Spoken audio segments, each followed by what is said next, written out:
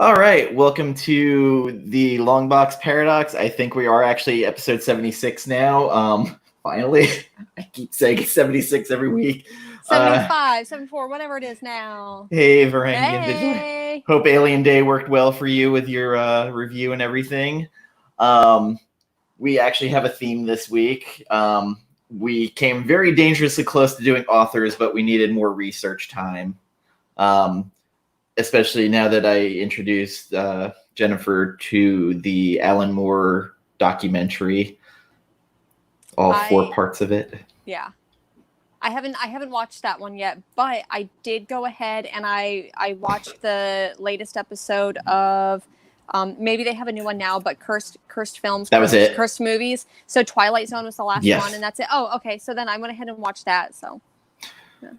Okay, hold on. I skipped a lot of parts here. I'm Dan, your host. Jennifer, Gin and Comics from the Comic Lounge.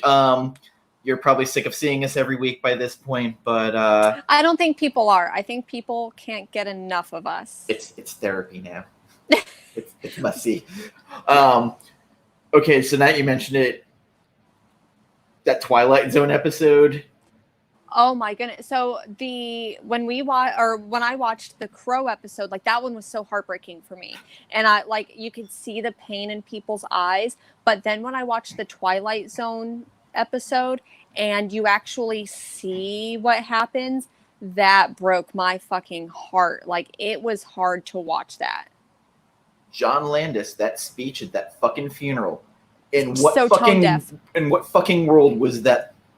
A speech you make. Yeah. I mean, he showed up at everybody's funerals. And then, the 7 years it took to clear it, and he's just happy. Oh yeah, everything worked out. I'm like, yeah, how about those people whose kids died? Yeah. Thank you. That is very nice. Incredibly nice. I appreciate that. And while we're on the subject, Sanimation 05.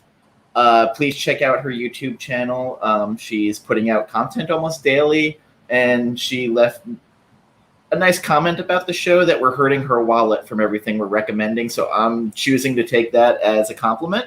I totally take that as a compliment because, I don't know, I feel like that's how I not necessarily got into comic books, but people's recommendations, so.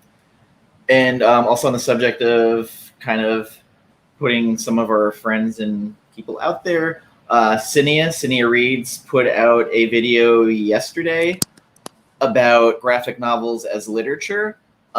Please go check out. She's a frequent guest of the show and just an overall awesome person, even with her hot takes and all that. Lots and lots of scorching hot takes. And as always, GambitsInc.com. If you want a very well-priced commission, he can do them digital for $20, just pencils. Good work, very easy to work with, and again, he likes to be busy, so please keep that man busy. He lost his beard over this. If anything, you can think of getting a commission from him as maybe going towards the beard fund to help grow back. I was very pleased with our last stream with Irredeemable, even though we went way the fuck off the tracks repeatedly. In a very fun way, though. It was fun. And a great talk about diversity that came up organically and was not forced. And, it was a conversation I don't think we've really had. And it helped with the mix of characters we had on, that we had a little bit of everything. Except for me, just the white cis male. You're the token white person now.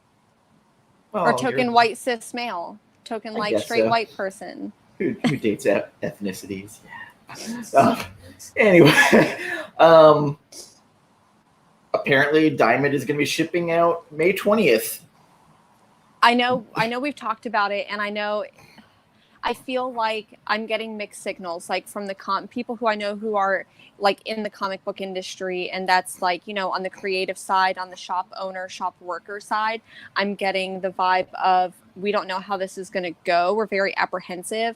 On the comic book consumer side, I feel like a lot of people are like, yay, we're finally getting comics back, without the understanding of how like comic book shops work and how people still gonna be closed. Exactly. So I really hope that, you know, we take this with a grain of salt, and we still, the people who are working in the industry, like how it hurts and how it may affect them, whether it's good or bad. I mean, honestly, I don't think Diamond really was ready to start shipping again, but DC forced their hand. Yeah. Yep. Which, you know, I think that we needed a timeline to when things, to give us hope. So I feel like there is some light at the end of the tunnel with this, but without, you know, I'm not going to get too political because we don't do politics in comic books, but, you know, without having testing, without having researchers and scientists telling us it's a good time to like open things back up, we probably shouldn't. But, you know, that's another conversation for another time. There's always conversations for another time. Yeah. We'll do an episode of that. The conversations for another time episode. Hello, Mark Spector Comics. How's it going, brother? Hey. Also, another thing that I have to talk about, how Trolls 2 pushed AMC Theaters over the fucking cliff. And the AMC Theaters just said, because you released Trolls on like video on demand or digital first, we're not going to show any Universal movies. Do you feel like that's going to affect moviegoership? I feel it's going to hurt them because Fast and the Furious, Universal owns, and Hobbs and Shaw, which, whether they're good movies or not, yeah, people go out to the theater to see them. Halloween Kills is due out in October. Mm-hmm. Tentpole horror movie that people want to see. The first couple movies that you said, I'm like, those are so low on my radar. Like, I'm never going to go see Hobbs and Shaw. I'm never going to go see a Fast and Furious movie in the theater. So those don't necessarily affect me, but for sure there's some that I'm like, I need to go see these in theater. Oh, yeah. February, and we'll end it on... And there will be a second wave. Yeah. And that, you know, that's frightening. Like, I'm immunocompromised. So I'm excited to go back to work and to have my work and to have like things open back up. But I'm immunocompromised. So that means that if I get sick, I'm going to be one of those people in the hospital, that I'm going to be one of those people that they're like, well, should we pull the plug on her or not? Like, I've been working the entire time. Yeah. So I don't know. Hopefully we'll see. And on the subject of this, I have to thank you for putting me in contact with Comics Addict to get Something is Killing the Children mask. It's in the mail. It's on its way. And for anybody, check out her Instagram. It's COMIX Addict. She is selling the masks for $15 plus $4 shipping. She is a single mother that is furloughed, so any little bit will help her. Super easy to work with. I've been following her for years, and she is such a delightful human being. And it's funny because you posted, you're like, I really need a Something is Killing the Children mask. And I'm like, I got you, boo. I know who to hook you up with. So I can't wait to see the mask that you get. So let us dive into this before the people show up with my washing machine and make me have to go away for a couple of minutes. So, are we starting with horror or are we starting with sci-fi? I feel like I want to end on sci-fi, so I wouldn't mind starting on horror first, but yeah. Do your honorable mentions first. Okay, so my honorable mentions. So I'm just going to go ahead and pull these out first. There's actually two of them for horror, and one of them is Faithless. Brian Azzarello and Maria Lovett do this. It's like kind of, I didn't put this one on like my top 5 list. Agree, Mark Spector. It is great. So I didn't put this on my top 5 list because I feel like there was a little bit like more, not necessarily supernatural, but I feel like this is more than just a horror book, but it was still really, really good. And I love the artwork. So Faithless is really good if you want a little bit of creepiness, but not too much. And my other honorable mention for horror is Hungry Ghost. And this one is very near and dear to my heart. I really loved Anthony Bourdain, and he came out with this, and it's an anthology of short stories. And if you know who Anthony Bourdain was, like just a truly magical person who unfortunately died by suicide, but he did help with this anthology, and it's a beautiful book. It's got some, to me, if you like Junji Ito, you're going to like this. So Hungry Ghost, Anthony Bourdain, is beautiful. So those are my 2 honorable mentions for horror. I have 3 for my horror.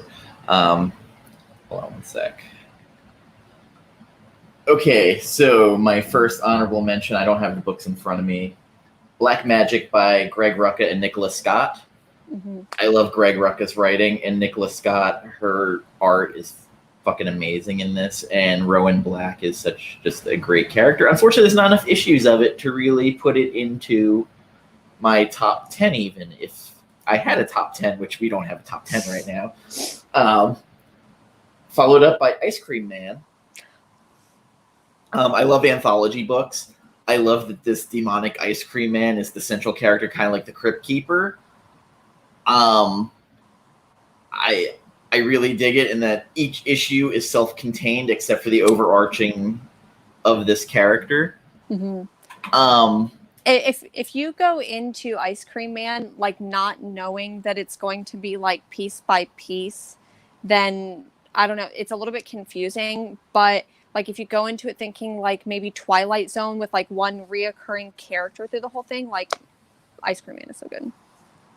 And my last honorable mention, and this is kind of self-serving here, I'm a huge Halloween fan, and Chaos Comics back in I think 98, 99 put out a limited series, Halloween 1 through 3, and it tied together the whole Thorn trilogy with H2O. This was before Busta Rhymes showed up in Resurrection. And just made a mockery of the whole thing, but I still love that damn movie because it's just so stupid. It was actually surprisingly well done, and the writer of The Curse of Michael Myers Part 6 actually helped write this. Had a shocking ending at the end. Again, it's one of my favorite series, so it's a little self-serving, but I really enjoyed it. It was creepy as fuck, too. And those are my 3 honorable mentions. Okay. So, do you want to go ahead and do one by one our top 5? Yeah, let's go back and forth. Okay. So my number 5, which you already mentioned, which was one of your honorable mentions, top 5 on my horror, was Ice Cream Man. I know I talked about it like super briefly just now, but it's like Twilight Zone, but a little bit of horror into it. I think it's up to volume 3 or 4 right now, maybe 3. Okay. I don't think 4 came out. If it is. Got it. And so like literal, it's got this really good brand of like wacky, which is like my brand, that weird with a little bit of horror. It does get a little bit gruesome. There are a couple of scenes in here with like drug use and maybe some like mental I don't know. But so it's really good, but I think this one definitely isn't for the faint of heart. And go into it knowing that it's going to be like different stories. Like it's not a one overarching real story. But volume 1 was excellent. Check out volume 2 and volume 3. Oh, I forgot we forgot something. What did we forget? Predicting our number 1s. How about whenever we get to number 1, we'll predict it. Okay. All right, so because I think that I know what yours for sci-fi are going to be, but I'm kind of murky on number. I think you and I are going to have the same number 1 for horror. Oh shit! Hold on. Okay. Hold on 1 sec. Got it. So I'm just going to go ahead, since Dan probably has to get up and go get a dang washing machine. I'm going to go ahead and give all you friendly people a little bit of insight into Ice Cream Man right here. Some beautiful Hey, they're artwork. here without calling, so if you want to go on about Tess Fowler for a bit. Oh, Yes. Okay. So I did want to go ahead and talk about someone who's in the industry who is just a beautiful, beautiful artist. And I wanted to give a shout out to Tess Fowler, who she has done some amazing work. You've probably seen a Darken Wish, I believe it's called, a D&D. She's also done some work on Rat Queens. Right now she is battling breast cancer. And so she is just such a fantastic artist. So if you want to go ahead and check out her work, I highly recommend the work that she's done on Rat Queens, even though there's some dumb bullshit that happened with Rat Queens, but her artwork is beautiful and she deserves a lot more credit for the industry than what she's gotten. So, yeah. Ice Cream Man. If anyone has not read it, I highly recommend it. Part of the back, chocolate, vanilla, existential horror. There's a flavor for everyone's misery. This one really, like, I know I said that it's kind of Twilight Zone with horror, but really, like, you get into it, and one of the first pages, it's this ice cream man, and he's delivering food to kids, and this boy gets some ice cream, and then he goes in, and his parents are like at the table, and I don't know if he's like hallucinating or what, but he sees them as these crazy characters. The artwork is really good, and it's done by I believe Martin Morazzo. Pretty good. Check it out. Volume 2 and Volume 3 are available. Let me go ahead and grab. So I want to go back and talk about Hungry Ghost because it was on my honorable mentions list. Some of the stories that you see in here are kind of in the same way where it does like an anthology. It's going to be different stories, and it's different stories that are connected in a world of maybe like myths and legends dealing with food. So here you see some of the artwork. It's beautiful. It's mesmerizing. I love it. And in the back of this particular collected edition, there's actually, because if you know, Anthony Bourdain was a chef, and there's actually in here some recipes, which I thought was kind of neat. I'm not a very good cook, so I'm not necessarily going to make any of these because I don't fucking cook at all. I can maybe do some cereal, maybe a sandwich, but that's it. But if you are a cooking person, go in here and you can see some delicious recipes and get some of your delicious horror as well. Some of the beautiful, beautiful artwork here.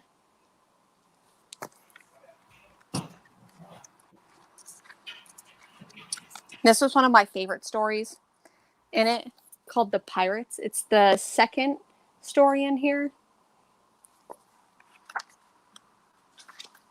It definitely, not only does it have this like Junji Ito vibe with a lot of the stories, just some of the like weird, wacky horror that happens, but it also has so many different genres of horror. Everything from like the supernatural and ghosts to killers, and they're all tied with food, which was near and dear to Anthony Bourdain. So once again, highly, highly recommend it.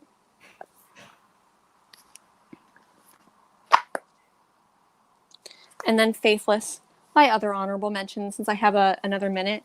This one gets a little bit gruesome. It's definitely R-rated. There's a lot of sexual content, which is I think it's fun, but if you're not ready for it, then you may not be able to stomach some of the stuff. But it definitely had that weird, I'm trying to look for this one page right here. It gets a little bit gruesome where he's like imagining getting a blowjob, but then like maggots are coming out of him. It's kind of disgusting. Take a look at that. Okay.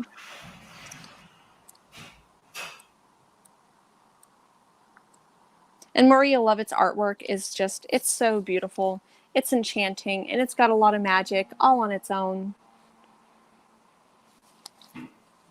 Faithless. I feel like I'm going to do like a little Vanna White here. Okay.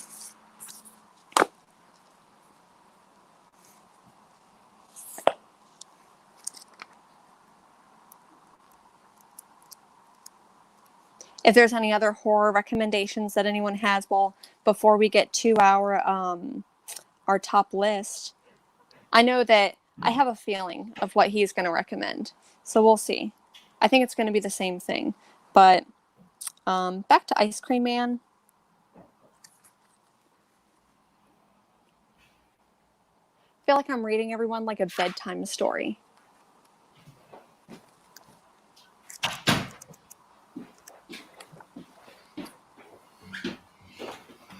Alrighty. Oh, that was really annoying. That's all right. I felt like I probably just chased all the viewers away. They're probably like, what the hell is this girl talking about? But so anyways, Tess Fowler for like a hot minute and like some of the things that she's done. And then I just kind of gave a preview of the other honorable mentions. And then just now back to Ice Cream Man, showing that off. So this was on my top 5, my number 5 pick. So what's yours? Number 5 for me is an oldie but a goodie. Tomb of Dracula by Marv Wolfman and Gene Colan. Okay, yeah. They introduced Blade, and I want to say issue 10, who ended up doing things in theater and, has hung around for a while. Which was technically, like, one of the first Marvel movies. Technically one of the first Marvel movies, but, so is he or is he not a Disney princess? Is Wesley Snipes a Disney prince? I mean, maybe in Tu Wong Fu. Oh, Tu Wong Fu, thanks for everything. Yes. Oh my goodness. I mean, that's another one of those. Blade 2 is underrated because Guillermo del Toro did Blade 2, and I just love his practical effects and everything that he does. And also one of the greatest people on a panel I've ever seen, because they warned that there were no cursing on stage, and he proceeded to keep cursing even though they were kids. He goes, "Listen, you put chocolate in front of me and I'm a fat man. What do you want?" That would be totally my response, because you just can't keep me from like curse words. Yeah. But Tomb of Dracula, like, it went so far as Dracula at a certain point was fighting the X-Men. He had a feud with Doctor Strange. He had these weird interactions with all these other Marvel Universe characters. And I kind of love that horror tinge crossing over and everything, until Doctor Strange found what they called the Montesi formula and destroyed every vampire on Earth. And it lasted for about almost 20 years. Whew. And then they were like, we need vampires back. Quick. Blade was one of the only ones who managed to survive because he was half vampire. And he never drank human blood. But Gene Colan's art, fucking magnificent. Marv Wolfman, I mean, he wrote everything back then for Marvel and DC. Yeah. In particular, Teen Titans was probably one of his greatest. That's usually like when I think of him, like that's what I think of. And this little thing called Crisis on Infinite Earth with George. Just little. Yeah, nothing big. So that is my number 5. Okay, so my number 4 is Clean Room by Gail Simone. I thought about it. I think that this one is definitely like an underrated horror book. And like, even when I went into it, I think that I was like, and I read it, I'm like, I don't see it as horror. But then when I really think about it, and I think about like the scariest stories to me are so psychological. And that's what this one has to deal with, is that there's this like Hollywood powerful cult, and this woman, Astrid Mueller, can like help you with it with some psychotherapy, and it really gets into like the psychology of cults. And it starts with someone's boyfriend killing themselves. Yeah. So this one, and like, I think that it's completely underrated, and I really love Gail Simone. Like, I love Gail Simone when she's doing like licensed characters, I guess. But seeing Gail Simone on her own, I think that she really, really shines. So Leaving Megalopolis, if you haven't read it, is so underrated and so good, especially if for some reason you liked Irredeemable. Mm-hmm. It's better in my opinion, but that's because like these are heroes that just trashed the whole city and took over and told everybody get out. Yeah, I'll definitely check that one out. But that's my number 4. My number 4, I feel like a basic bitch for picking this, but when it came out, I don't know, the whole concept of it really called to me, and that was 30 Days a Night by Steve Niles and Ben Templesmith. Ooh, I don't even know why that one slipped. Just the concept of going to Barrow, Alaska, where it stayed night nonstop, and these vampires, and the way the vampires were, they weren't these pretty vampires. I mean, they were Just the way that he like draws them. Yeah. Also, the movie did a fucking great job of like making them scary, especially the little girl one. Mm-hmm. I don't know if maybe when 30 Days of Night, the movie, came out, I don't know if maybe like we were just oversaturated with vampires, but have you seen Under the Silver Lake? No, I have not. I was interested until you said it was by the director of It Follows. It Follows is one of my trigger movies where I think the concept of it was, but it was so overhyped. By the time I watched it, I was like, that and the Babadook. I haven't seen It Follows, and I feel like it's been recommended to me so many times. I tried watching it in the first like 10 minutes. I think I did the same thing that happened with The Lighthouse, where I was like, okay, I feel myself just like not feeling it, but it's polarizing. It's one of those movies like either like I'm in a horror group and everybody either like loves it or you just fucking hate it. But the actress in it, Micah Monroe, was in The Guest, which is one of my favorite movies. And I always wanted her to play Ileana Rasputin if they ever did a New Mutants movie. But I am weirdly okay with Anna Taylor-Joy because she has that weird exotic look with the eyes are kind of like... So that would be my number 4 book of 30 Days a Night. And weirdly, like I was writing, I was like, I haven't read that or watched that movie in a long time. And I weirdly didn't hate Josh Hartnett in it.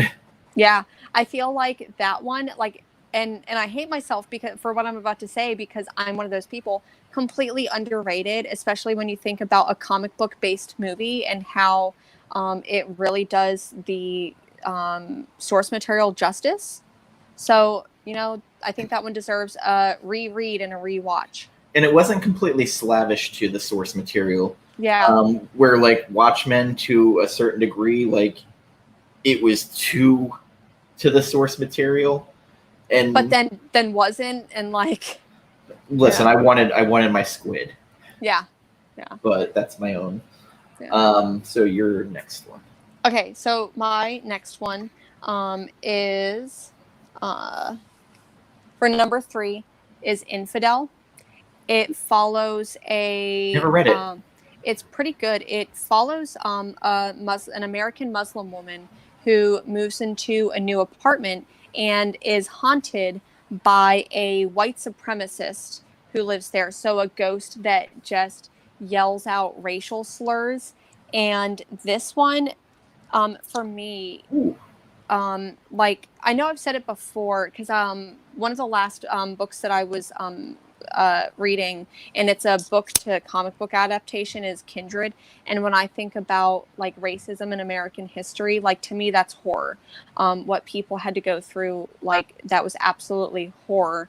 And so when I think about the racism that this character endures, it's because not only do you see these slurs given like in a haunting way by this supernatural character, it's something that it's 100% real. It's something that people have to deal with on a daily basis. So Infidel, it was really good. It's one of those very rare books that for me, it's hard to do horror in the comic book format. Like movies will scare me because I can hear the music, I can feel the tenseness and like the atmosphere. In comic books, you don't get that, but I totally got that in Infidel. So I highly recommend it. Pichashoti, I think is their name, and I really hope that I'm pronouncing that correctly. Pornsick Pichashoti writes it and did a fantastic job. So that's my number 3 pick. My number 3, and I could have gone with 2 books by the same writer, but I went with Witches by Scott Snyder and Jock. I some reason, everything about this book just called to me, especially the twist at the end that I kind of didn't see coming. At least the character who it was and who I thought it was going to be, and I was completely wrong. I'm kind of curious in the next run of Witches if Sailor's going to be back. Yeah. Because she kind of finally found herself by the end of that series. Mm-hmm. The creatures were kind of creepy. The concept of it were, what was the thing they keep saying? Like, but blood. Something is. The blood is something. Oh God. It was part of the ritual, but they kept saying it constantly, and I'm horrible that I did not remember what it was. I did like that at the end, Scott Snyder went and had that thing at the end of the book talking about like the woods that creeped him out, where he found that car, and it's one of those synergies where the artist and the writer, like, it just works. Jock has that muddy art style that just works. So pledged is pledged. Thank you. Pledged. Thank Yes. you. Yep. Pledged is pledged. Why did I think it was blood? But yes, pledged is pledged. Because they drink blood. Yep. Also, the bad egg that was in the Image Plus was actually a really fantastic story. Like, I was shocked at how good that was, and especially that I had no attachment to any of these characters. But since I said I had a choice of two on here, I could have gone either way. If you haven't read Severed by Scott Snyder with Attila Futaki, it actually avoids a lot of tropes, and I really enjoyed it. I did not think I was going to like it. That is my number 3. Okay. So my number 2, and Something is Killing the Children. This one, to me, like, it's not necessarily like horror, because I mean it is, but I think that there were a lot of funny elements to it. It was very humorous, so it didn't necessarily like scare me in like the traditional sense, but when I think about like monsters and I think about the gruesome things that are happening, like this one totally it gives you a bit, but it doesn't give you a lot. Like Erica Slaughter, you're constantly wondering what's her deal. Especially because she's like getting the phone calls and things. So, and then the shooting the kid up so he could see the creature, and then seeing that council, she's talking to her little stuffed squid. Mm-hmm. The character design, though, especially like the first thing I saw was that Friesen cover. I was like, I absolutely need to know more about her. And they just give you drips and drabs, but like totally into it. A book I would recommend that is kind of like that, except way more fucking twisted. Tim Seeley did a book for DC, I think it was, Imaginary Fiend. Oh, I haven't read that one. So this girl and her friend, they have this imaginary friend, but it's really a monster that only they can see. And the one girl decides she's not going to believe in anymore, and the monster fucking rips her apart. So the brother blames this little girl for killing his sister the whole time. She's in a mental ward most of her life because of it. And the creature is there constantly talking to her in the mental ward. It's fascinating. It's gruesome. It's bloody. And it's like a giant spider creature. Okay. I'm definitely going to have to. Imaginary Friend. Fiend. Check it out. Imaginary Fiend. Check it out. There is another monster that it is a giant cat that's nursing. Aww. And it's having children come and start nursing from its teat. Okay. I'll definitely be reading that one. So my number 2, Nailbiter by Josh Williamson and Mike Henderson. That was actually, I thought that one was going to be your number 1 pick. So I'm kind of surprised. But now that I know that it's not Nailbiter, I have a feeling that I know what your number 1 is going to be. If you watched our book club episode, everybody on it ended up liking the book. There's something about how Williamson writes the characters. There's like this dark humor to it.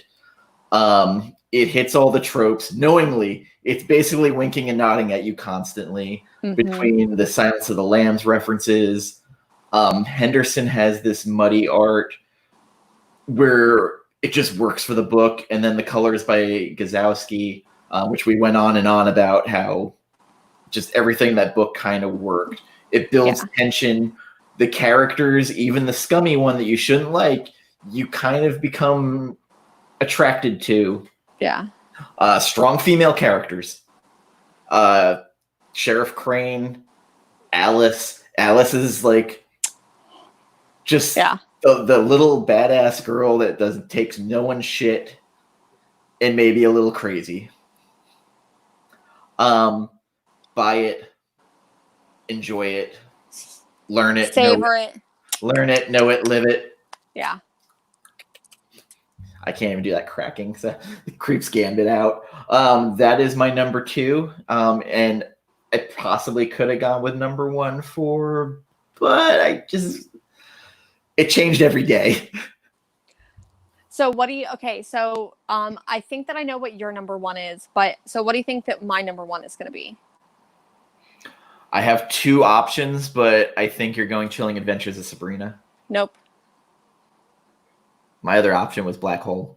Nope. Oh, well, I'm complete. Nope. Sorry. Okay, so it's Witches. You already mentioned it. So Witches, you kind of hit all the points that I wanted to talk about. And to me, what really does the creepiness is Jock's artwork on this.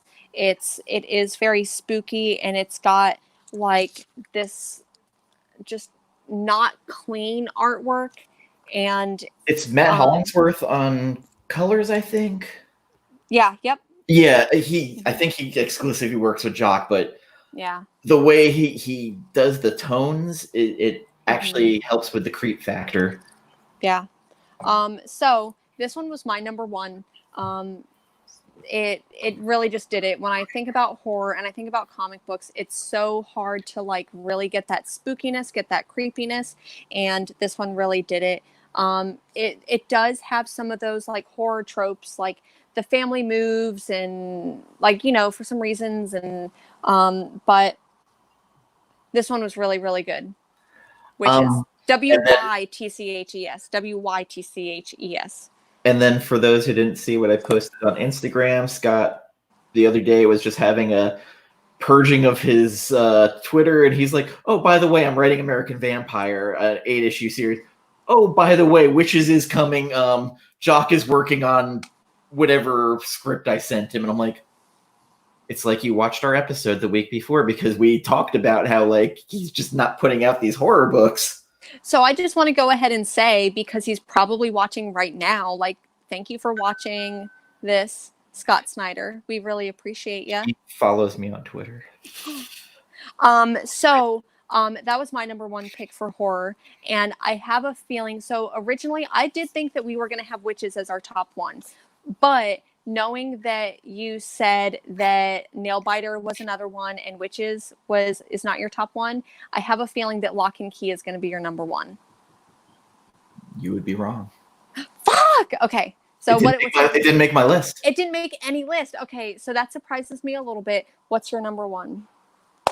It's going to be a shock to you. Probably. Afterlife with Archie by Francesco Francavilla and Robert Aguirre Sacasa. Okay, yeah. It has everything. It has zombies. It has Sabrina getting sacrificed to Cthulhu. Like, it's got a little bit of everything, and just Francavilla's art is just made for horror. It just is. Yeah. I adore this book. Like, I should not like it. Everything about this book screams I should not like it. And I bought it as a joke. And I was like, holy shit. Like, this is fucking evil. Like, Sabrina and Jughead caused the zombie apocalypse. Yep. To be honest, I was so surprised, because I feel like whenever people who aren't necessarily into comic books the same way that I am, like maybe more like boomers are into comic books, they'll be like, oh, you're into comic books? Like, what about Archie? And like, to me, like, Archie was always that running joke of like, yeah, I read Archie. And then Afterlife came out and Sabrina came out. And even like, if you haven't read Vampironica, like, these are fantastic titles and so good. Like Archie is doing the Lord's work. Like, it's good. Well, they've got their schlock too, but they also then have like the serious, like, there are some dark undertones of this fucking book, like for sure. real dark. For sure. Yeah, so again, like it totally is not my wheelhouse, but it is, because just if you look at the title, it's like, nah, dog, nah. Yeah. Like, I'm way too metal for that. Ooh, that's okay. a good, so Tales from Vader's Castle. No.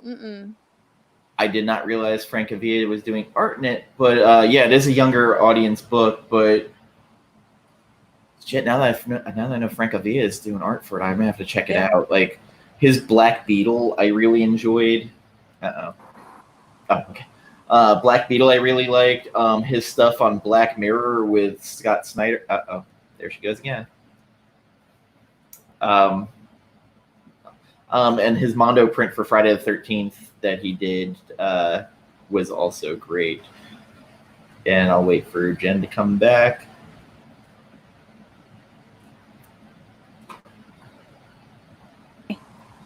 I'm back. I have returned.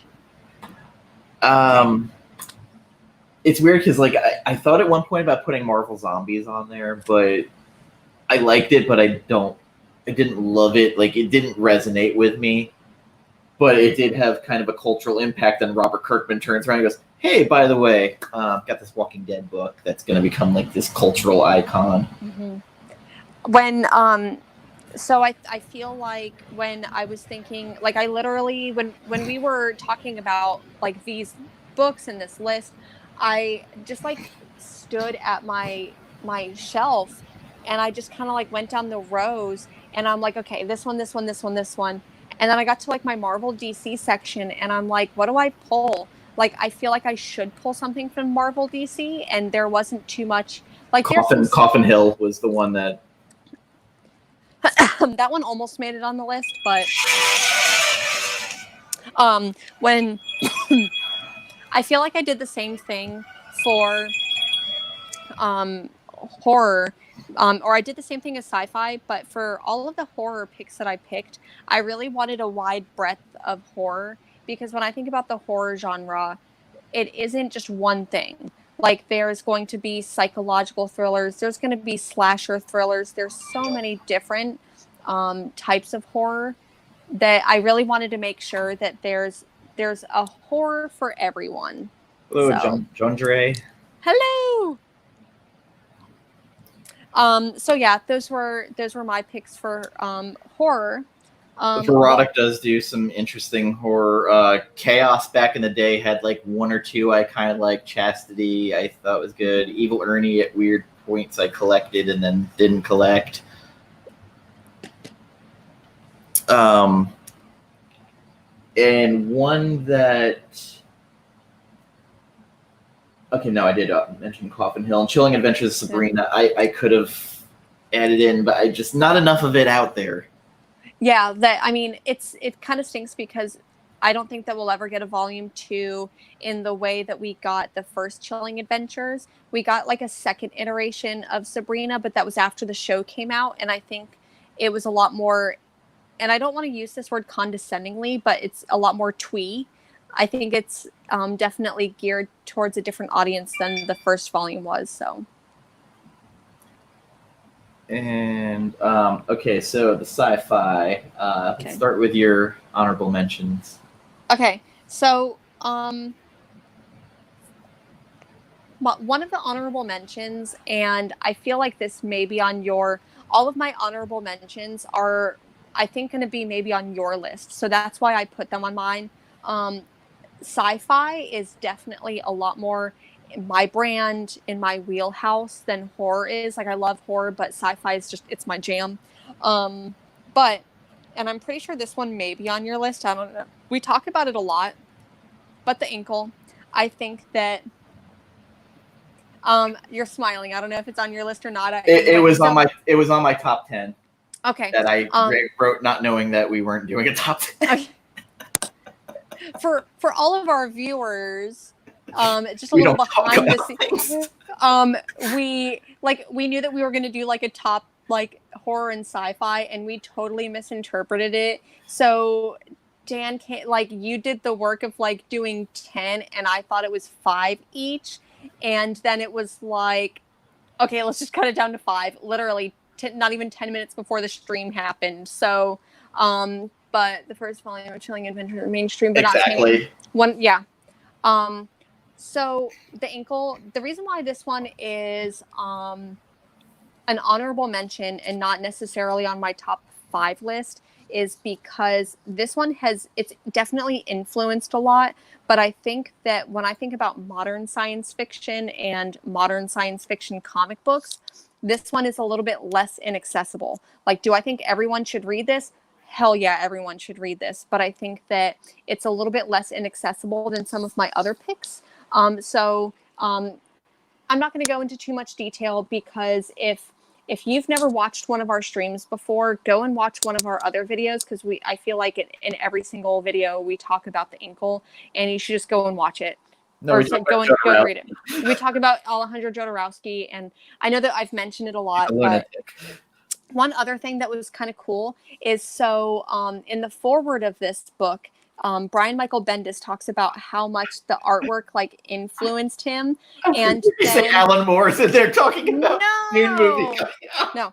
No. So Brian Michael Bendis, he writes the foreword to this and basically saying, like, read this book, but don't steal anything from it because stuff has already been stolen from it.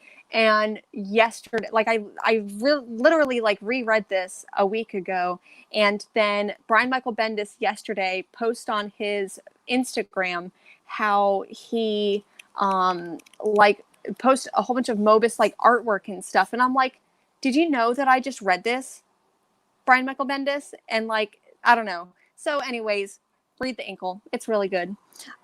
So that was one of my sci-fi honorable mentions.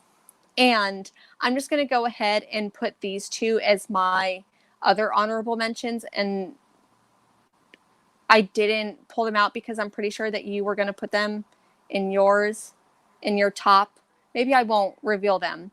I'm only going to pull these out. I'm not going to pull them out right now. I'm only going to pull them out if you go ahead and you put them in your top 5. So what are your honorable mentions? Okay, this is going to be a lot. Sorry. Okay, just go with it. Caliban by Garth Ennis. Which one? Caliban. I haven't read that one. It was another People Go Crazy in Space one. Okay. There's some good lines in there that are just kind of brilliant. Paper Girls.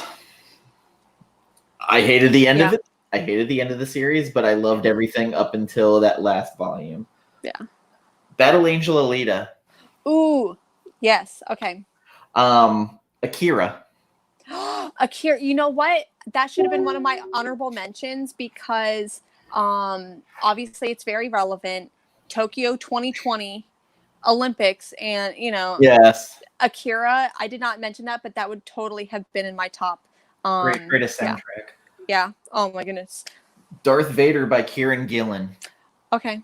One, it gave us Dr. Aphra. Mm-hmm. And it really went into the psychosis of Vader. Like, Kieran Gillen actually went into like how fucked up Vader is as a person and his back and forth like backstabbing with the Emperor. It was the Star Wars book that I needed and we deserved. Yeah. And just great, like a good villain story. I mean, if you think he's really a villain, it's hard to say. Like he, I also had the Ankle.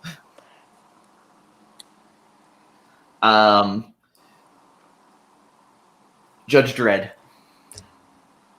Honestly, that one is very underrated for science fiction, and especially when you think a lot of longevity of that book.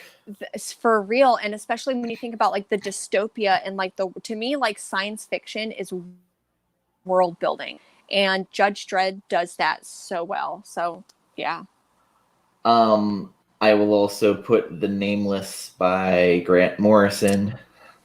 on there. It could go as horror, it could go as sci-fi. I don't know what to classify it. It could be both. Mm-hmm. There was a problem for me when I was making this list. So go to your number 5. So my number 5, and we kind of talked about it before, but Southern Cross by Becky Cloonan, Andy Bellinger, Lee Ruffridge. I think that this one, I don't want to offend anyone and say that it's like, I don't know, I got alien vibes from it when I originally read it. I know that's probably tough because I don't know, I really enjoyed it. It's definitely worth a read. And I just love Becky Cloonan, whether she's writing or drawing. So check out Southern Cross. And welcome Perry Comics to our stream. Hello. I got the Event Horizon vibe off that book. Yeah. And that was like, where, and especially like with a little bit of Nameless, not a lot because Nameless is just like sigils, magic, hell. And maybe it's because I had just watched the documentary after watching Nameless, but so that one's just like fantastic. But I really, really enjoyed this, and it has a volume 2 as well. So this is the part of the stream where you start making fun of me. My number 5 is 7 to Eternity by Rick Remender. Okay. I knew that there was going to be some Remender on here, but that was not the Remenders that I picked. I just love the whole concept of it, where, you have this family that's ostracized and the Mud King, where if you hear his whisper, he has this control of you. There's high concept, like Jerome Opina's art. There is an issue where like he's doing like high level Ditko shit from Doctor Strange that like I stopped in my tracks. I was like, do I want that tattooed on my back? And I like sent it to Gambit, and Gambit's like, no, I'm not doing that. I love this book. It's been felt like hiatus for a while, and who knows when it's gonna be back. Yeah. I know like Remender's like on Twitter going, hey, here's a cover coming up. Hey, here's a cover coming up. Yep. And then the rest is him streaming from home his insanity with his I haven't watched any of his streams, but it's basically just him on Instagram making short videos of going, it's day 30. I have a beard. My hair is growing wild. That is my number 5. I do recommend people pick it up. It is a favorite of mine. And again, Jerome Opina, I was not familiar with his art. And then like I opened that, I was like, holy shit, I am a fan. On to your number 4. Okay, my number 4. And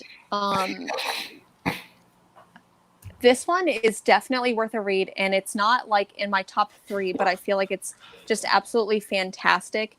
It's Invisible Kingdom by G. Willow Wilson and Christian Ward. I haven't read that.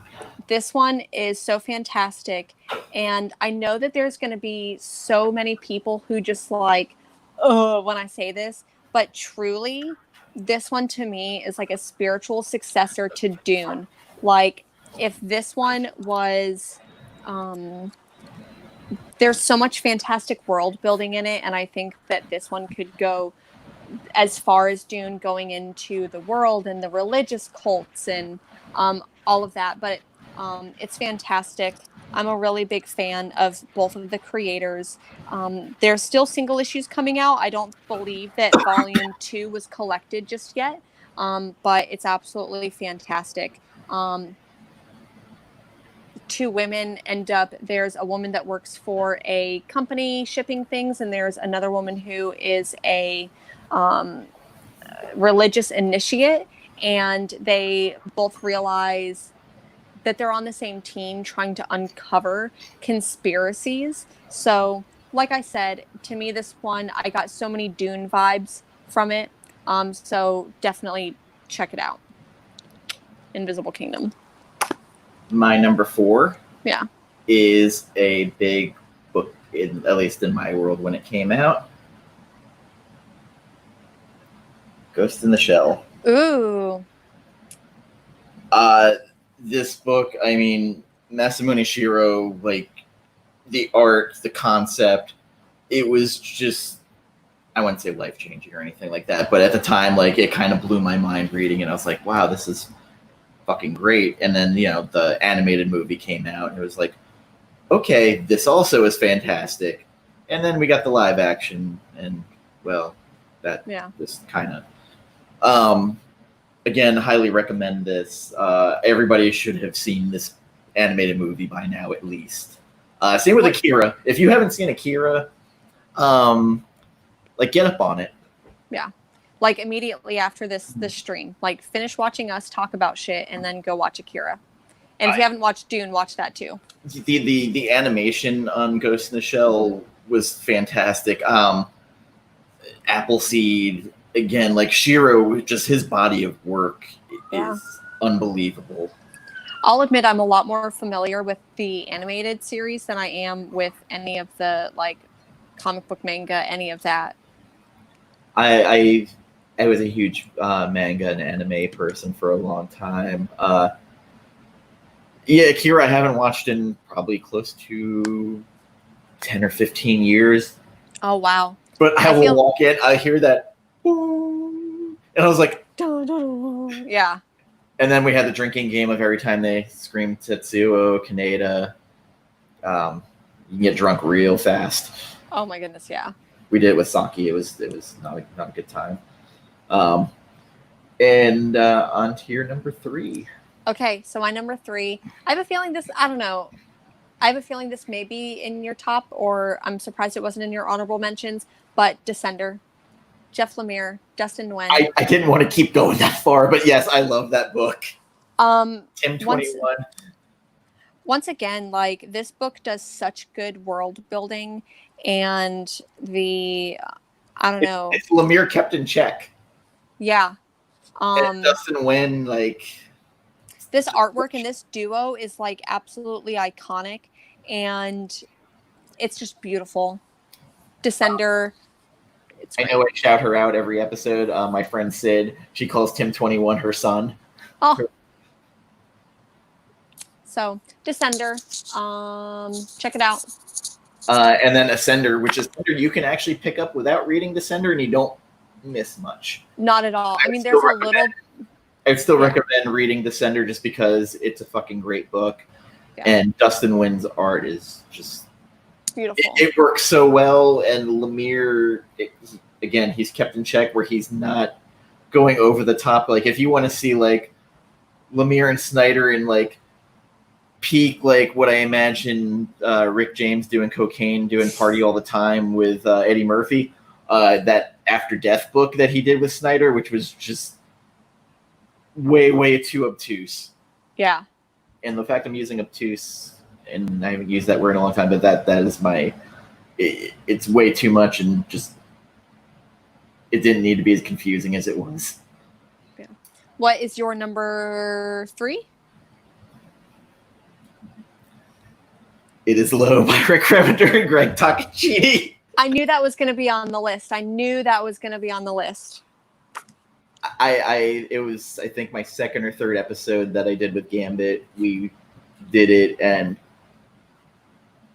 it's such a fantastic book. Takachini's art, it's lush, surreal. He does a great job of storytelling with it without words in some parts. Just go ahead and like that cover is fantastic. Beautiful. Tattooed on my ex-girlfriend's arm. Thanks, Gambit. It's beautiful. It is. I have the sister Della tattooed on my back. And it's a world where having hope is basically a crime in some parts. It's a bad word. You have these mech suits that look like something out of BioShock, and they kind of can change to the character. Like, sometimes it look like a mermaid, sometimes it looks like this giant fucking tank. Depends on who's wearing it. It can level a city. And certain families have access to these, and it's keyed into their bloodline. It can be heartbreaking. The characters in the true Rick Remender form are damaged. You can kind of hate them at times, but you kind of, at the same time, root for them. I think that's why, like, I have that love-hate relationship with Rick Remender's work, is because the characters, he does so well at making these characters suck. Like, the characters suck, and it's hard sometimes to, like, root for those characters, but... The character Merrick, in particular, the way he starts and then the way he progresses in, where you're like, oh, man, like, breaks your heart. I love this book. It is ending soon. I do recommend reading it, of course, if it's in my top 3. But the art is beautiful. Greg Takachi, there's points in it where I will say that it's almost distracting because you'll be reading and then you stop and just take the page in. And there's moments of that where I just would stop. And again, Remender has that ability to make you hate the characters and love them. Tajo, in particular, is one who is so complicated. And at the same time, like, I love that character. She's the one I gravitate to. And she's such a fuck up. On to your number 2. Okay, so number 2. I bet you probably thought this was going to be my number 1. East of West. No. Okay, maybe you did guess my number 1 then.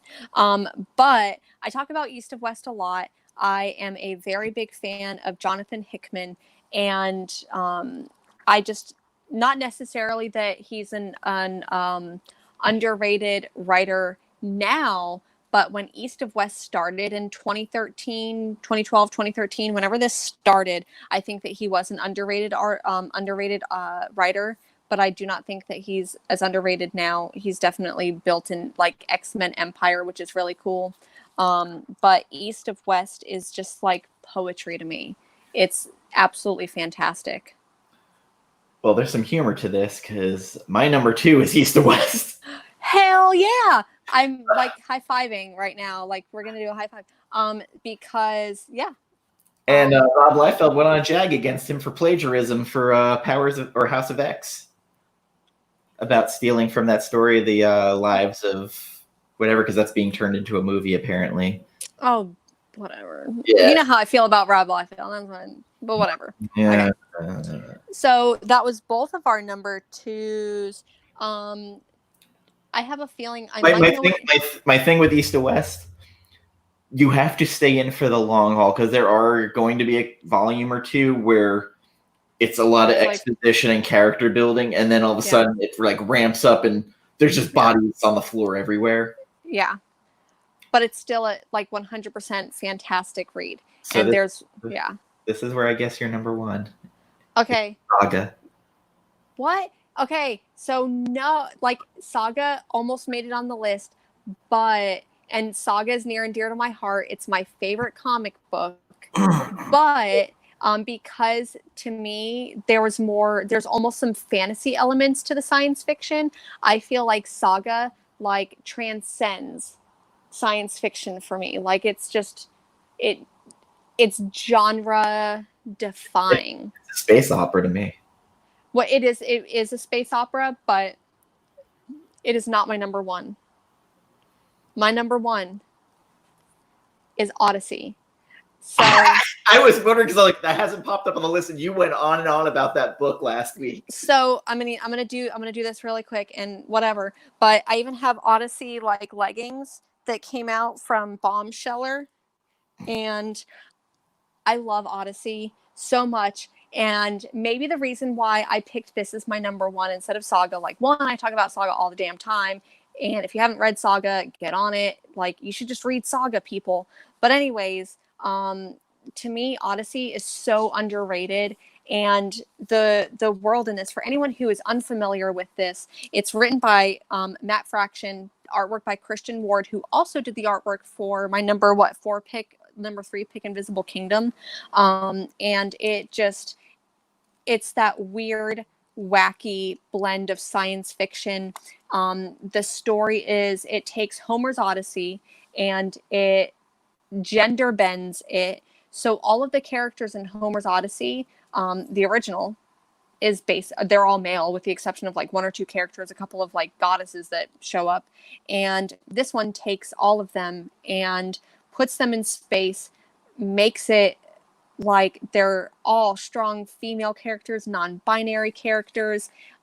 There is a lot of blood in this. There's a lot of gore in there. There's a lot of space in this. And this one is just so fucking beautiful. I cannot get over this. So, Odyssey. I wasn't a huge fan of that one, but Christian Ford, I've got a weird love-hate with his art. I don't know. This one, like I said, it just does that weird science fiction, like really, really weird. And I highly recommend this book. So Odyssey, get on it. And so, I don't know. I have, when we first started the stream, we first started talking, I'm like, I know your number one is going to be low, or it's going to be something Rick Remender. And so I don't know. I feel less confident, but I have a feeling that because I already mentioned the other one and it wasn't it, your number one, is it Black Science? No. Man, totally fucked that one up. This one was going to be on my like honorable mentions. Black Science is actually, I mean, it's one of my more favorite Rick Remender books. It's fucked up Fantastic Four. If Mr. Fantastic was a complete fuck up. Yeah. Okay, so what's your number one? Originally, it was going to be a different book but I started having problems of the genre if I didn't know if it fit or not as sci-fi. Parts of it do, parts of it don't. So my original pick was going to be Planetary. Okay. But I don't think it really fits as sci-fi. I think it once again, like that genre bending, like it's more than just like superhero-ish. Yeah. So one of the most important books for me over the past couple of years has been Saga. So that was my space opera.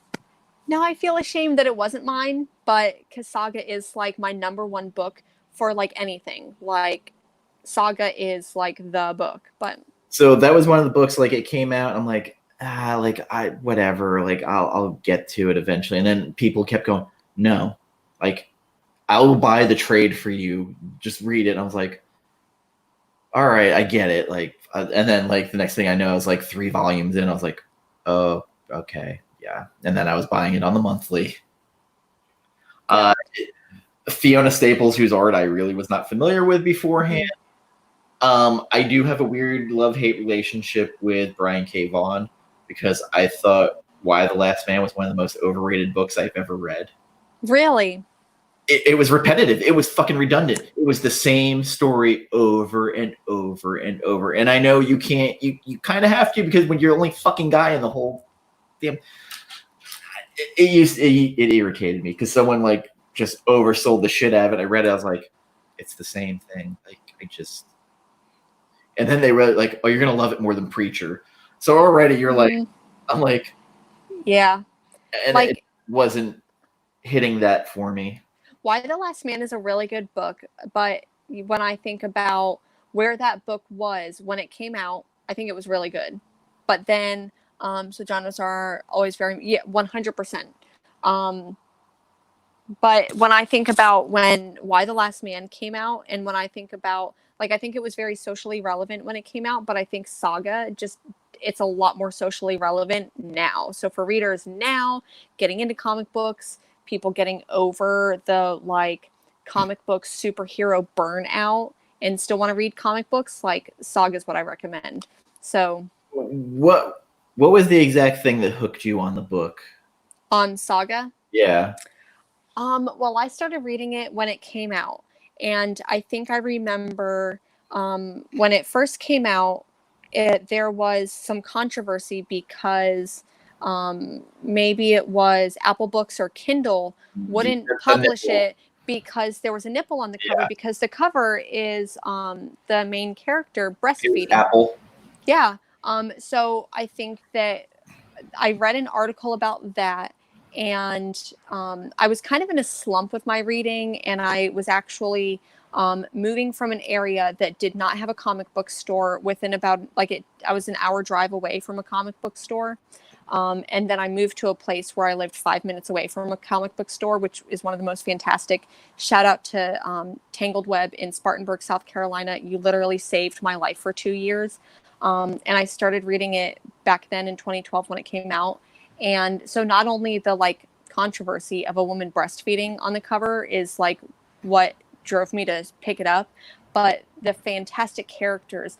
Literally, the first issue, the first couple pages is you see this character like giving birth, and all of the narration is done by the child who has been given birth to. I don't know if I said that, but to me, like, Saga just, it found me in a place that I needed to read good comic books, and it just did it for me. So I think like when Prince Robot showed up, and I was like, this guy is a complete dick, and I need more of it. Like, I fell in love with that character. yeah. And then the Will and Lion Cat, like, Lion Cat became the thing. Like, for my friend, like, Goose is her go-to. Like, she has Goose tattooed on her. Yeah. With his little overalls and his axe. Spoiler alert for anyone who like hasn't read Saga, and I'm not gonna like name any names, but in the sense of Game of Thrones is do not get attached to any character, because Saga is always a heartbreak. Like every single volume, like towards the end, there's a heartbreak, and hoo boy, you're in for a ride right now with 9 volumes. Well, it's also Space Romeo and Juliet. You know, like so when I was working at Hero Trader in Fort Myers before I moved out here to Oregon, I told a customer, I'm like, oh, you haven't read Saga? You should totally read Saga. It's Romeo and Juliet in space. And they're like, oh, really? Definitely not going to read that. And I just wanted to be like, fuck you. It's so good. And so, like, I do want to say that it's Romeo and Juliet in space, but then I understand how, like, it's the loose concept, but not like the 100%. Like, it's not as like tropey as Romeo and Juliet. Like, you know, we can talk about how Romeo and Juliet is not a healthy relationship by any means, but like the love between these characters is so good. Like, please read Saga. It's Han and Leia if they were like in warring species. Yeah. I mean, except she's more of the rogue and he's kind of more the princess. Yeah. I almost chose it for the like when I got to pick the graphic novel book club, I almost went ahead and picked it. But I went ahead and went with Monstrous instead. But I don't know. I think that we need to like just do Bitch Planet. I really was scared you were going to pick that. See, like, I think maybe like you saying that you were scared about reading Bitch Planet, but I don't know. It's just I'm not a fan of the art. That also like not as strong as like Cinia with Lock and Key, but like it's the everything kind of drawn ugly, and I'm not saying everything needs to be pretty, but just everything just ugly. I mean, I know it's a prison. Yeah. No, I mean, I kind of understand that, but like I like the artwork, the story. Like there's in Bitch Planet, there's a story that just like it breaks me every fucking time I read it, and like even having read it like 5-10 times already, like it just breaks me every time that I read it. And it's between Saga and Bitch Planet and Odyssey, those are usually like the 3 that I'm like, those are the gifts that I buy people. Like, I'm going to buy you Saga if you haven't read it. I'm going to buy you Bitch Planet if you haven't read it. I'm going to buy you Odyssey if you haven't read it. I remember when I was at Barnes & Noble, I gave one of my employees Sex Criminals to read. She was like, what in the world? What? Yeah. And I was like, oh, no, it's funny. And she's like, yeah, I don't know. Witches was one I gave people constantly to read. Deadly Class is one. Because I might have turned my ex into a Remender addict.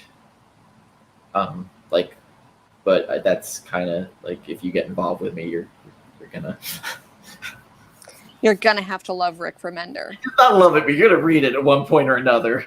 Yeah, I didn't expect the rabbit hole to fall down that far, but yeah, now she follows him and Takachini. Yeah.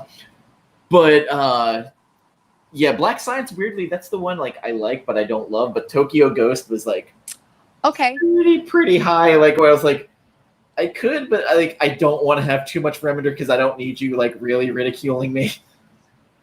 It's so funny. So like for anyone like, you know, the behind the scenes between the making of like these streams, like you and I like will chit chat back and forth, and like we truly did not know like what we were gonna pick for these things.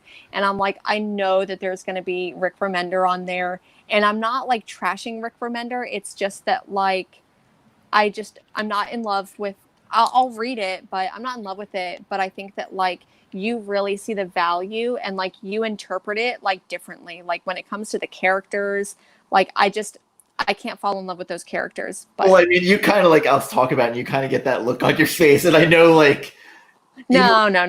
Sometimes I'm just like, oh, like I like Lemire. It's just sometimes like he gets high on his own supply too much. Like Gideon Falls is such a painful book. I almost I think I don't have it like right here, but I do. So I was gonna fuck with you because I have Gideon Falls right here. I was totally gonna pull it out and be like, this is my number one, but no, I didn't. But I totally was gonna like. I don't get triggered by it. Like Cinia like gets angry. She's like, listen, if I buy the next 2 volumes, am I gonna learn anything? I was like, well, not really. And she goes, what the hell? Yeah.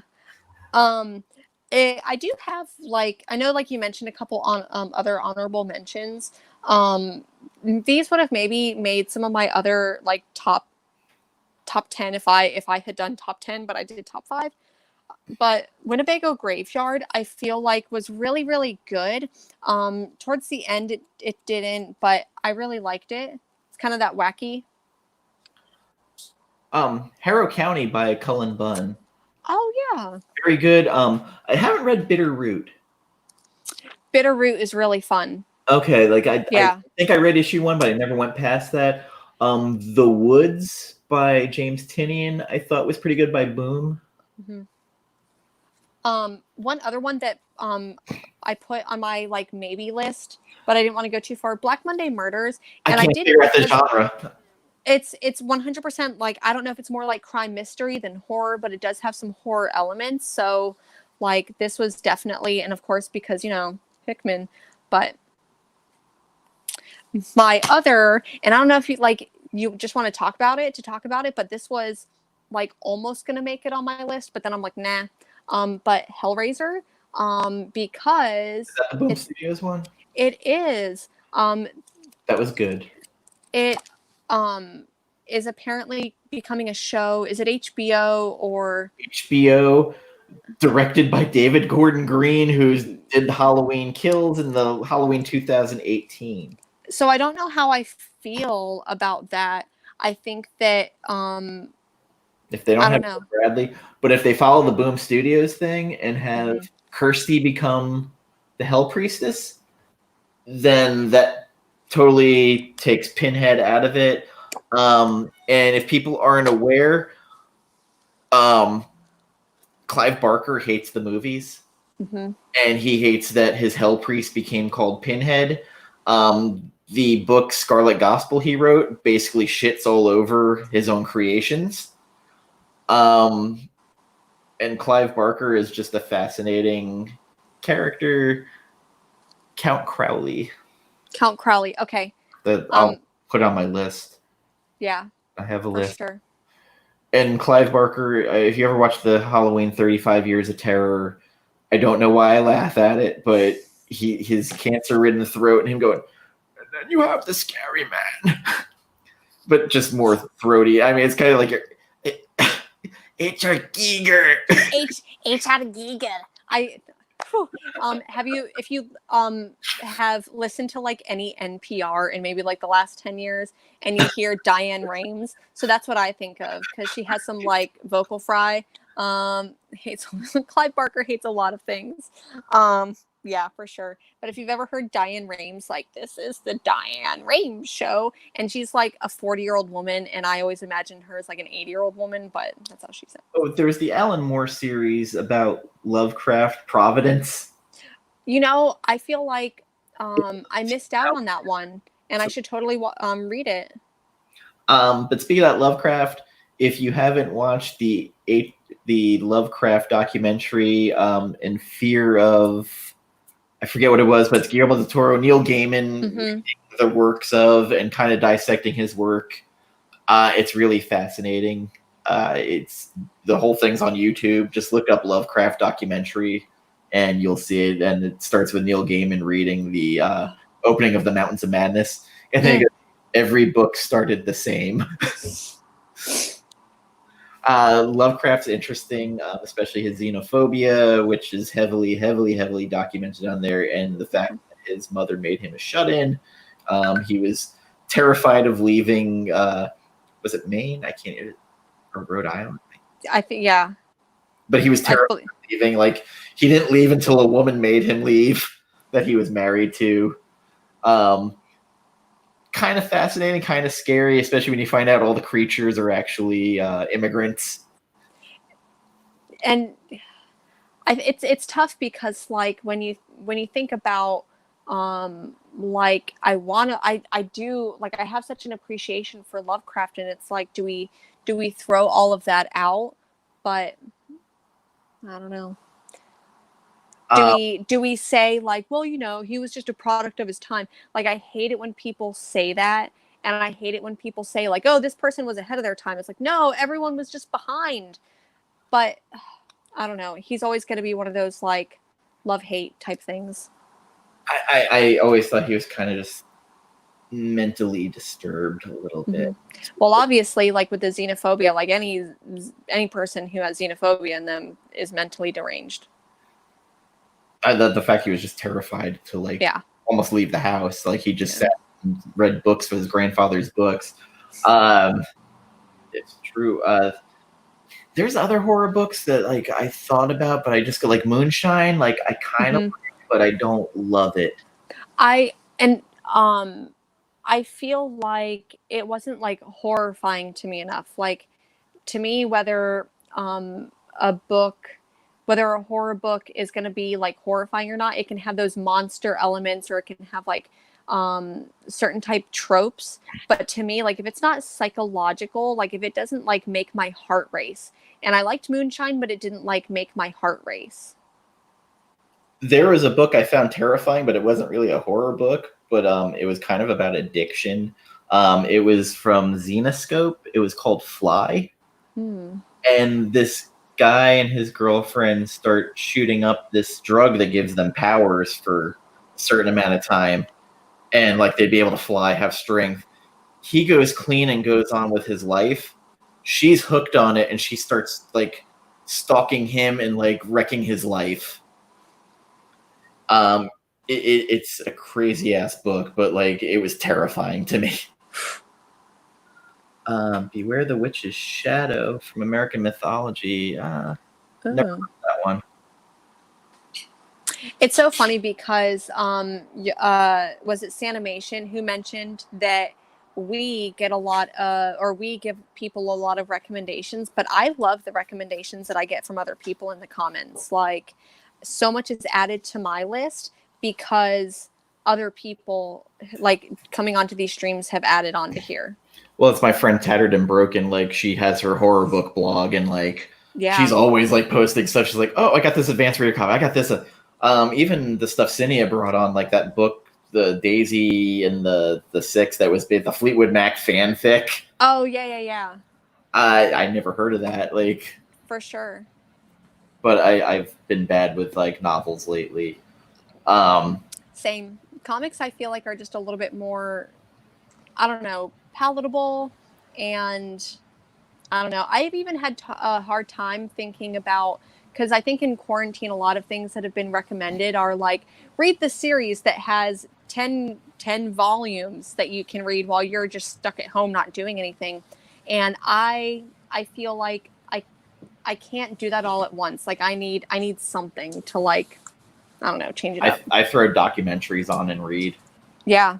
And I'll have the documentary in the background playing. I'm like, I'm learning in 2 places. I know, like, Daphne Byrne supposedly came out today. Like, I don't even know what to think about. Like, I think that DC wanted, my personal opinion is that DC wanted to jump the gun, and that they wanted to be ahead of the game without being strategic, which sounds like exactly what they've done with the DC universe cinematically. Like they just want to throw a movie out without thinking of it like Marvel Race has to done. catch up. Yeah, and like, but Marvel has done a fantastic job, like creating like these phases of movies that come out where like DC hasn't. And I feel like DC is doing the same thing. And as much as I want to read something like Daphne Byrne, like I'm not going to go pick up number 4 that came out, whatever it is that came out. I mean, I've been reading it, but like my shop's not open. Like and I doubt they even ordered from the new service. Like I don't think they did. Yeah. Don't want to start another fucking account. No, I'm sure that I could get it at one of the like local shops here because there's Thing from Another World I know ordered from the new distribution. And so they'd be able to get it. I'm not Things from Another World is a little bit like farther, like that's a like drive for me to go to. Yeah, because I know next week I think The Plunge comes out and Basket Full of Heads. So then I'm kind of like those. Let me think, because The Plunge is what on issue 3, issue 4. Issue 3. And Basket Full of Heads. It should be almost the end. It's either the second to last issue or the last issue. Got it. So I think that my like prediction for they're holding back Batman. I noticed that. Okay, so I mean, I don't know. I think that ultimately what's going to end up happening is that we're going to end up seeing for a lot of those titles, we're going to see a lot of trade waiters. So there's going to be a lot of people who, like, even if they got 1, 2, 3 of Daphne Byrne, they're going to go ahead and maybe not get issue 4 and then just wait for the trade. And I think that because the distributor for the single issues and the distributor for the like the paperbacks, the volumes, maybe they're still there. A lot of people are reading trades right now, so people are like in the habit of reading trades where they haven't been in the trade or have not been in the habit of reading single issues. So I think we're going to see a lot of people start reading more trades from now on. And also, I posted on my Instagram what Mark Miller posted about the market. Yeah. And I found that incredibly interesting. Let me pull it up. I know he mentioned something about how because some person on Twitter said something along the lines of, why is the comic books industry so hesitant to go digital? Yeah, it's been for 10 years. Why are comics a special case where the market is perpetually trapped in the 90s to keep the shop owners happy? And Miller's like, because annual digital sales have never accounted for more than around 15 to 20% of the industry gross, despite massive push from all the majors for a decade. Mm-hmm. Comic stores collapse, the industry goes away. Treasure your LCS. For sure. And I think he also put in most creators are out of a job if that happens. Yep. And I mean, I think that there's some merit to talking about going digital. Obviously, when we think about the environment, when we think about, I don't know, the environmental impact that like single issues have. But when I think about my local comic book shop, like that's where I found who I was. So I think that if local comic book shops go away, it's a sad day, and they've been going away for a little bit.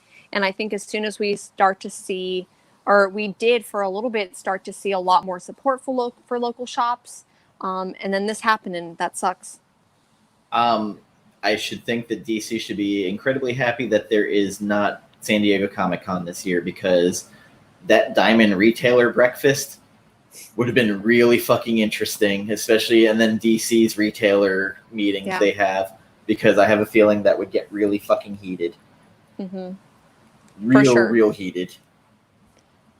I think because right before this happened too, the head, I can't think of his name. Didio. He got like fired, let go, whatever the fuck whatever they want to call it that week. So he went ahead and got let go, and then this happened. So I don't know.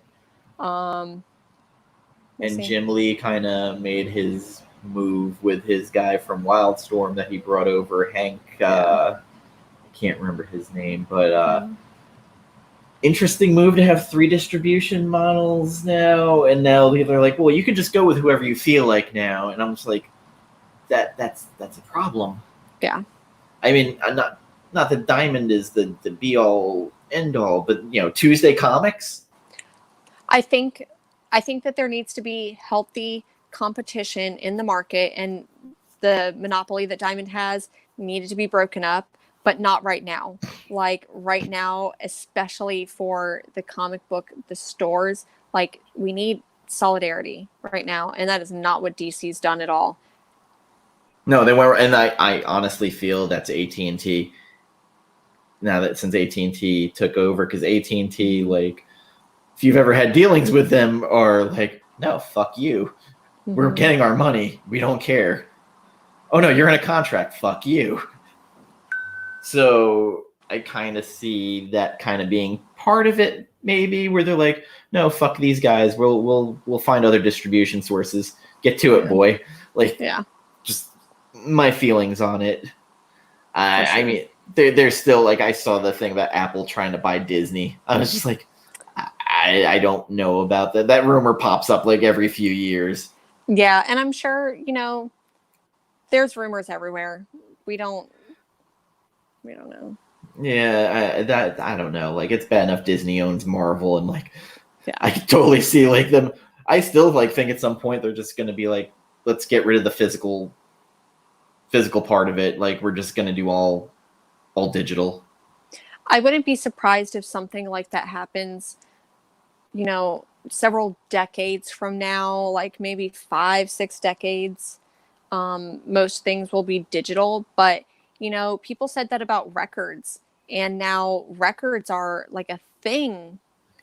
I know for a while in the book industry when I was working, print on demand was becoming a big thing, where basically they printed what you ordered and that was it. So that could be in the future, and then you're going to see speculators go crazy. For sure. And I think that at one point, this is just me speculating, when I used to work at a clothing store, and the 3D printing was becoming a thing. And I was like, just speculating, how interesting would it be if, I worked at a clothing store and we had a 3D printer in the back, or some type of mechanism that could just make your clothes on site. How would that work? Could that be something that they do? But, I think we pretty much hit everything. We really did. We talked a lot. Yeah. And again, we actually had a theme today, so that's always interesting when that happens. We will be doing author features soon, unless we have actual comics in our hand. Yeah. And it's not going to be just DC. Yeah. So we're probably looking at May 20th for that. So I feel like the Alan Moore, Hickman, Warren Ellis episode is going to happen at some point. I have to do research. I have to meditate. I need some sigils. I need to go into whatever fucking level that Grant Morrison is on, and I'll just do an ether interview with him or something. I'd have to do what ayahuasca, just walk in with a robe, just I had a breakthrough. I'm writing. If anybody in the chat has something they need to promote, Varangian Vigilante, if there's something you got going on your YouTube or article you're writing, feel free to promote it right now. Since you're so active in our chats and our streams. One thing that I do want to talk about really quick before he does that. Great person. But one of my friends, Jerry Klein, who sometimes pops up on the stream, she was involved in this movie called Till Your Last Death. And I've watched it a couple times since it's come out, and I really enjoyed it. If you like, it's like an animated movie, and William Shatner does some voices in it. I can't remember the actress's name, but she plays Deadpool's girlfriend in the movies. Marina Baccarin. Yeah, she's in it, and it was pretty darn enjoyable. So, Till Your Last Death, like horror kind of stuff. It was really good. The Shatner dude, pure Shatner. Come here now. You want to be with the captain. Almost. Have I ever told you about how I can't even remember what the hell the name of that, still working on videos. Tarna in the UK releases Savage Sword of Conan. Ooh, yeah. All right, well, I will look for that. What is that thing that Shatner, that the unbeatable in Star Trek, the Kobayashi Maru. Kobayashi Maru, yes. Have you ever heard of the Kobayashi Maru? Have you ever watched the movie Free Enterprise? Mm-mm. It's horrible, but it's great. Shatner's in it. It's these kids that grew up loving Star Trek, and eventually Shatner shows up in it, and he tells them to get a life like normal. But he ends up doing was it Henry VIII? He does Shakespeare at the end, but as a rap. I do not know how I feel about that. I do know how I feel about that, and I don't know if I can stomach that. It's hysterical. You can find it on YouTube. Okay, maybe I'll just watch that one clip if I can find it. Yeah, I will find it for you if you don't. Yeah. So, also, like I said earlier, Sanimation05, she has her YouTube channel going. She actually did an About Me episode that she also deals with depression like myself and others do. And she had a very honest About Me episode she did. She's very into 90s books and Witchblade. But I love the fact she's out there doing it and she's putting out content constantly. And I want to she's been a great fan of our streams and our episodes, so I wanted to give her at least a little bit of promotion and push because she deserves it. And again, Cinia Reads, check out her graphic novel video that she put out yesterday. You can find the link on her Instagram or just find Cinia Reads. It's CIDNYA Reads at YouTube, and check it out. And D-Comic Queen's never really making videos anymore, so she's probably too busy like organizing that beautiful collection of hers, I imagine. No, she's locked in with her kids. Oh yeah. No. Oh yeah. Can we all just like say a prayer for her, send her some good vibes? She's working on her garden too outside. Okay. That's what she's doing. I think she put outdoor lighting into, like, she's being constructive. But I know the one like little stream she did unboxing, she was like, I just want to breathe. I miss going out. For She's sure. like, I miss comics. And that's when I had to break it to her that I didn't love Killock. Aw. Killock wasn't bad. And once again, this is me having only read issue 1. Liked it, didn't love it. Yeah. And when I think about it was compared to Descender, and I get the Descender vibes, but it didn't like do it the way Descender she compared it to Saga. She did compare it to Saga. I said it sounded more like, I was like, did you read Descender? And she's like, nope, don't know what that is. I was like, oh. Yeah. Well, there's this little robot boy named Tim21. Yeah. And it was gonna be like when someone asks you about Dune, I was like, do you have a half hour? Like, yeah. I could do a synopsis. And I'm hoping for that Dune trailer soon. Please. Because all I need is the messages from Sid going, did you see Oscar Isaac? I just got impregnated by that trailer. It's like, listen, it's 4:00 in the morning. I don't need this right now. I was like, actually, I do need this right now. Yeah. Okay, thank you for stopping by, Vigilante. Thank you, everyone. And we are going to sign off as well. It's time. I have a washing machine to go hook up before I go into work. So thank you everybody for tuning in. I hope what we recommended interests you. And again, if you guys have stuff that you think we should be reading, hit us up in the comments. Like, comment, subscribe.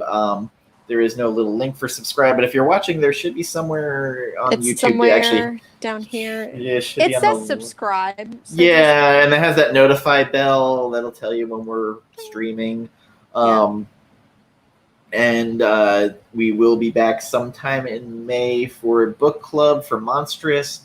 I'm going to see how my days shape off and if you're back to work at that time, because No clue. If I can somehow get the Comic Queen on, because that's one of her favorite books, I will try, but I know how that goes, so I'm not putting a lot of hope into that. And if you watch this, the Comic Queen, I love you, Nat. So that's going to be it from us. At Comic Chop News on Instagram, it's got the underscores. I know it's stupid, but that's what I got. And at Gin and Comics on Instagram as well. You can find me on Twitter at times, at Chop Comic. I basically just tweet when the show comes on and nothing more than that. My personal one's kind of locked down. Same with my Instagram. So you're not going to get anything personal from me. No selfies, because I got yelled at about that for posting them when it was still open because I had comic stuff. So that's a thing. That is legit a thing. Someone posted on there, like, I post too many selfies. I should stop. How dare you? Know, I'm in the post as many selfies as you can camp, because so I just moved the thirst ones to Facebook now, and except the little private ones I send.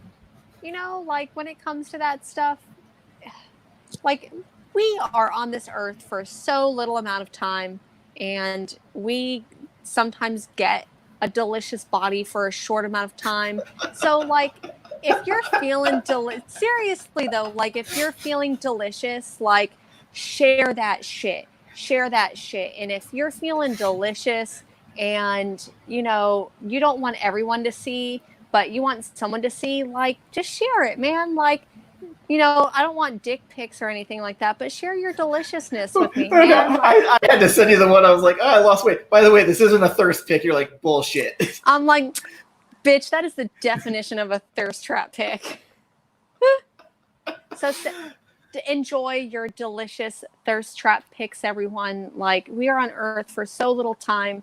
If you're feeling it, just feel it and share it, man. It's pandemic currency right now. 100%. 100%. There's someone at home thirsting and they're one. 100% share it. All right, everybody. So long, farewell. If it is a goodbye. Goodbye. Goodbye. And